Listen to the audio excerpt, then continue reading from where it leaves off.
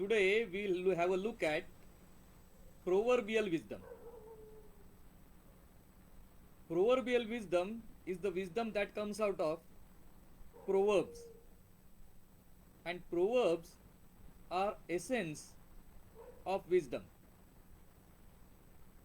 Also, one of the main things about proverbs is you got to understand the proverb with the story that created the proverb. It is extremely important because otherwise many proverbs are wrongly interpreted, and then the consequences are problematic. So whenever you hear a proverb, do research for the story behind it and see whether that story makes sense, because proverbial wisdom is a contextual wisdom and not absolute wisdom. So today the proverb that we are going to look at is Hatti Hagla Beduk Jagla. That is, the elephant defecated and the frog lived. Funny, funny proverb. So let us look at the story behind it. The story behind it runs like this. Once there was a frog who lived on a lush meadow. Big, long, square meadow. There were plenty of trees around, plenty of grass, lots of water in ponds, and thus a number of insects.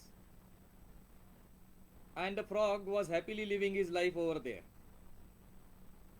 But at one time, in one season, there was no rain, and the water started drying up. As the ponds dried up, soon the grass too dried, and then the insects were gone. The frog, due to this, started starving.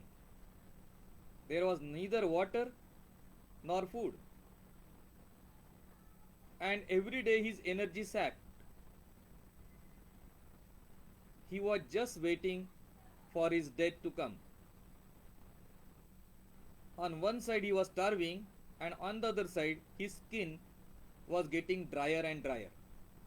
Dry skin means death to a frog. So he was only waiting for death this way or that way, either of starving or of dehydration.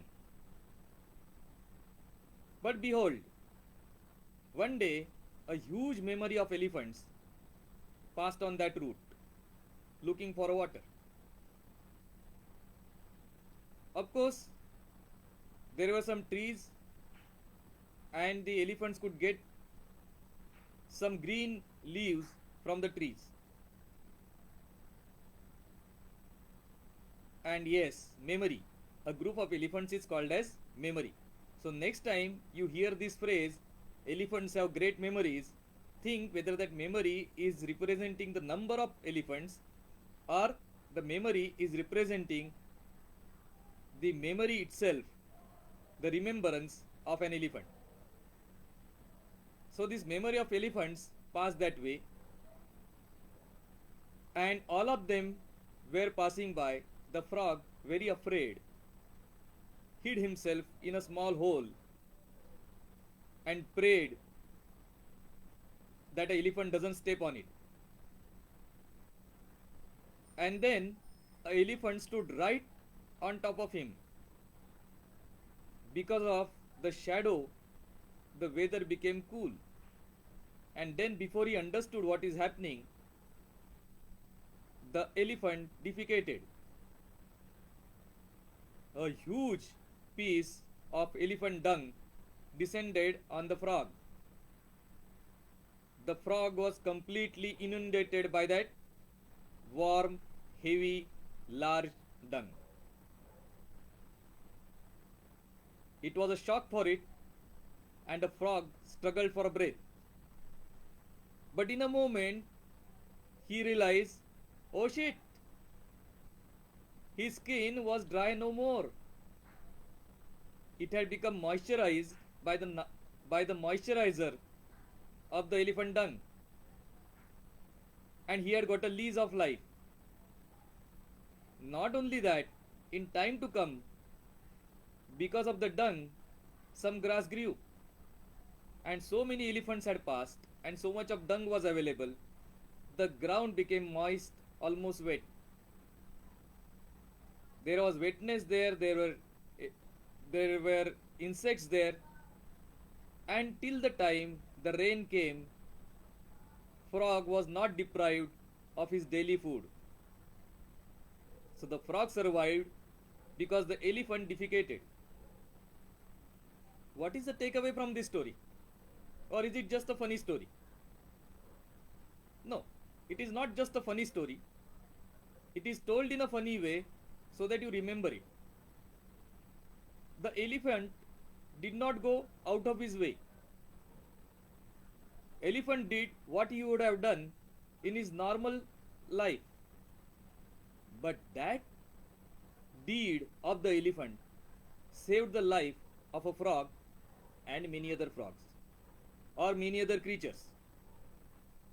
Elephant is but an entity in the whole life cycle, and what is expected of that entity is just to carry out what it is supposed to do, and the rest of the things would be taken care of. That is God's will. But one doesn't have to go out of his way to do anything good to humanity or for anyone or for the world. If one keeps on doing what one is supposed to, honestly, properly, in the right magnitude, the cycle automatically keeps turning, the world keeps going up and down, and the Kala Chakra moves in such a way that everybody gains. And this is the takeaway of this proverb: Hatti Hagla, Beduk Jagla, do your dharma to best possible extent and leave everything else to the natural cycle. Namaskar.